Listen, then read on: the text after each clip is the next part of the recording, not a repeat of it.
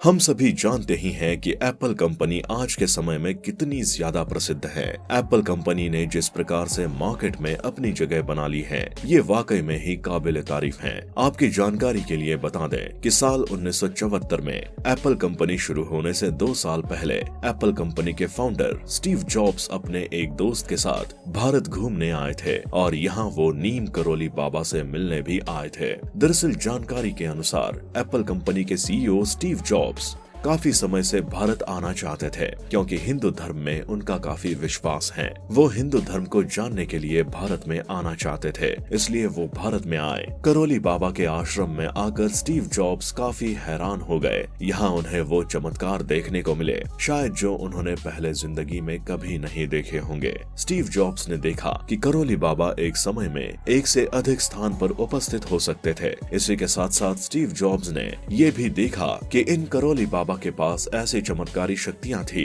जो हर किसी के पास होना नामुमकिन है। इसके अलावा करोली बाबा में ये शक्ति भी थी। आपको जानकर हैरानी होगी कि एक उंगली से छूकर किसी भी आदमी को ट्रांस स्टेट में भेजे देने वाला काम हर किसी के बस का नहीं है। ये स्वामी विवेकानंद जी के गुरु परमहंस ने स्वामी विवेकानंद जी के साथ किया था।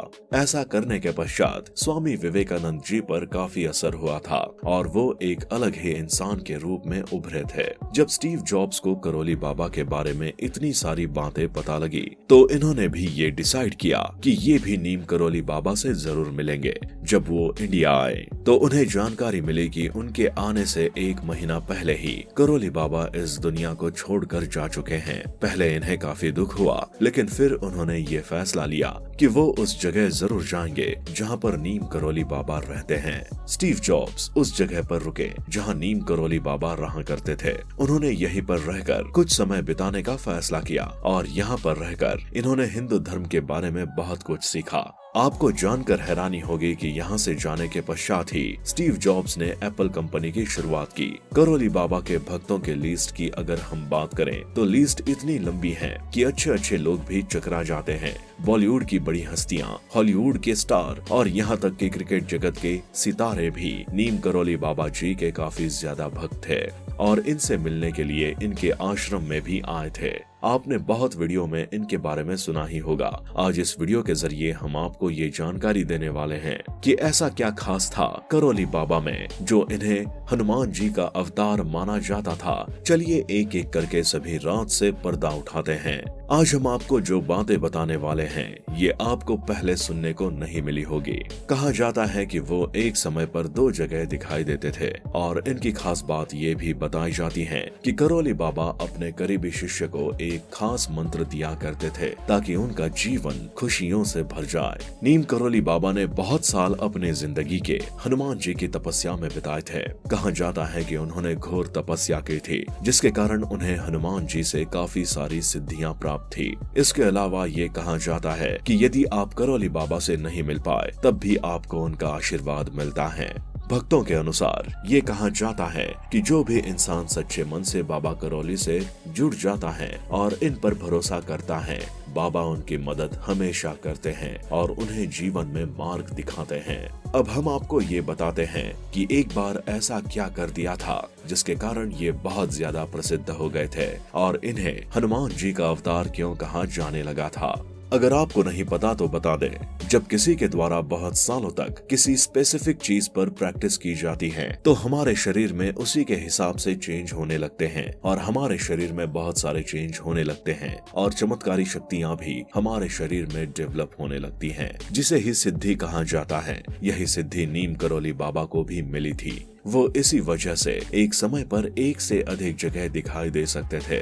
आपकी जानकारी के लिए बता दें, बहुत साल पहले जब कानपुर में एक हनुमान मंदिर का निर्माण हुआ था तो उस निर्माण के बाद मंदिर की ओपनिंग में बाबा करोली को भी बुलाया गया था, लेकिन उस समय करोली बाबा कानपुर नहीं आ सकते थे। वो इलाहाबाद में थे, इसलिए उन्होंने कानपुर जाने से मना कर दिया था। ओपनिंग सेरेमनी वाले दिन करोली बाबा की तबीयत थोड़ी खराब हो गई थी, इसलिए उन्होंने कहा कि वो अपने कमरे में आराम करना चाहते हैं।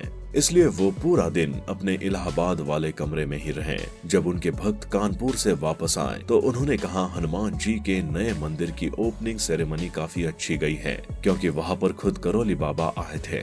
जहाँ करौली बाबा आते हैं वहाँ पर तो सब कुछ अच्छा होता ही है। ये सुनकर सब हैरान हो गए। ऐसा इसलिए क्योंकि ओपनिंग सेरेमनी वाले दिन पूरा दिन करौली बाबा अपने इलाहाबाद वाले कमरे में बंद थे, तो वो कानपुर में कैसे जा सकते थे। यदि वो इलाहाबाद से कानपुर जाने की कोशिश भी करते तो उन्हें 10 घंटे तो आने जाने में ही लग जाते, और ऐसे में वो सुबह सुबह कानपुर हनुमान मंदिर की ओपनिंग सेरेमनी में कैसे पहुंच गए। भक्तों ने ये भी बताया कि करौली बाबा सुबह 7 बजे से दोपहर 12 बजे तक ओपनिंग सेरेमनी में ही थे, यानी 5 घंटे करौली बाबा ने वहाँ बिताए थे। लेकिन कैसे, ये काफी हैरानी वाली बात है। आपको ऐसा ही इनका दूसरा किस्सा बताते हैं, जिसे सुनकर आपके पैरों तले जमीन खिसक जाएगी। हम आपको बताने वाले हैं कि उन्होंने ऐसा क्या कर दिया था जिसके कारण उन्हें हनुमान जी का अवतार भी कहा जाने लगा था। एक बार की बात है, बाबा जी अपने आश्रम में ही बैठे हुए थे और उनके पास उनके भक्त और शिष्य बैठे हुए थे। उन्होंने अपने एक शिष्य को रामायण का 1 वर्ष पढ़ने के लिए कहा। शिष्य ने रामायण का अशोक वाटिका वाला वर्ष जैसे ही पढ़ना शुरू किया तो उसी समय बाबा ने इस प्रकार से सब कुछ खुद वर्णन करना शुरू कर दिया कि जैसे वो खुद त्रेता युग में गए थे। उन्होंने एक के बाद एक ऐसी बातें बताई जो सिर्फ रामायण में लिखी हुई थी, और उन्होंने इस प्रकार से बताया कि जैसे सब कुछ अपना देखा हुआ दृश्य बता रहे हो। करौली बाबा सब कुछ बताने लगे और बताते बताते रोने लगे। इसके बाद ही सभी भक्तों और शिष्य ने इन्हें हनुमान जी का अवतार मान लिया। कहा जाता है कि नीम करौली बाबा का इन्फ्लुएंस काफी ज्यादा था, जिस कारण एप्पल के ओनर स्टीव जॉब्स के भारत आने से पूरी जिंदगी ही बदल गई। इनके अलावा भी बहुत हॉलीवुड के सेलिब्रिटी हैं जो करौली बाबा से मिलने भारत भी आए थे और उनकी मुलाकात बाबा से हो भी गई थी।